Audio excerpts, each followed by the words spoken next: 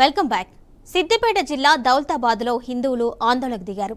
హిందూ ఐక్యవేదిక ఆధ్వర్యంలో జరిగిన ఈ కార్యక్రమంలో హిందువులు పెద్ద సంఖ్యలో పాల్గొన్నారు. బంగ్లాదేశ్లో హిందువులపై జరుగుతున్న దాడుల్ని ఖండించారు. ప్రభుత్వ వ్యతిరేక నిరసన కార్యక్రమం పేరుతో హిందువులపై దాడి చేయడం సరికాదు అన్నారు. హిందువుల ఆస్తులను ధ్వంసం చేయడం ఏంటని ప్రశ్నించారు. హిందువులపై మరణకాండను ఆపే విధంగా కేంద్ర ప్రభుత్వం యుద్ధ ప్రాతిపదికన చర్యలు తీసుకోవాలని డిమాండ్ చేశారు.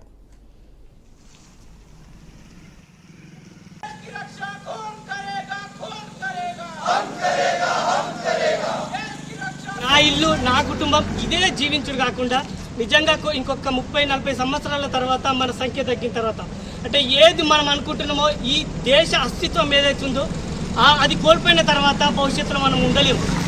ఎందుకంటే మన స్వార్థం కోసమే కాదు, కులం మన గడప లోపలనే కులం, గడప దాటితే హిందువులం ఈ స్లోగన్ తోటి మనం ముందుకు పోవాలి.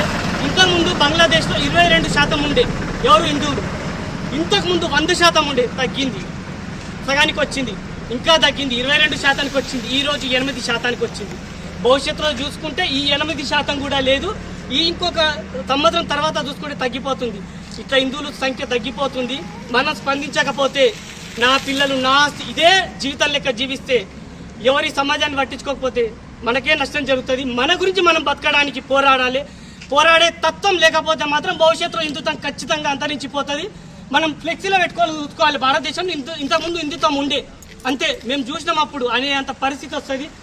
బంగ్లాదేశ్ దేశంలో జరుగుతున్నటువంటి హింసాకాండకు నిరసనగా ఈ రోజు దౌలతాబాద్ మండల కేంద్రంలో వివిధ పార్టీ నాయకులతో మరి ఆర్ఎస్ఎస్ నాయకులతో వివిధ సంఘాల నాయకులతో కలిసి ఈ రోజు బంగ్లాదేశ్ హిందువులపై జరుగుతున్నటువంటి అన్యాయానికి ఈ యొక్క హిందువులు మరణకాండకు వ్యతిరేకంగా ఇలా అనుకూలంగా ఈ రోజు దౌలతాబాద్ మండల కేంద్రంలో నిరసనగా బంద్ చేయడం జరిగింది.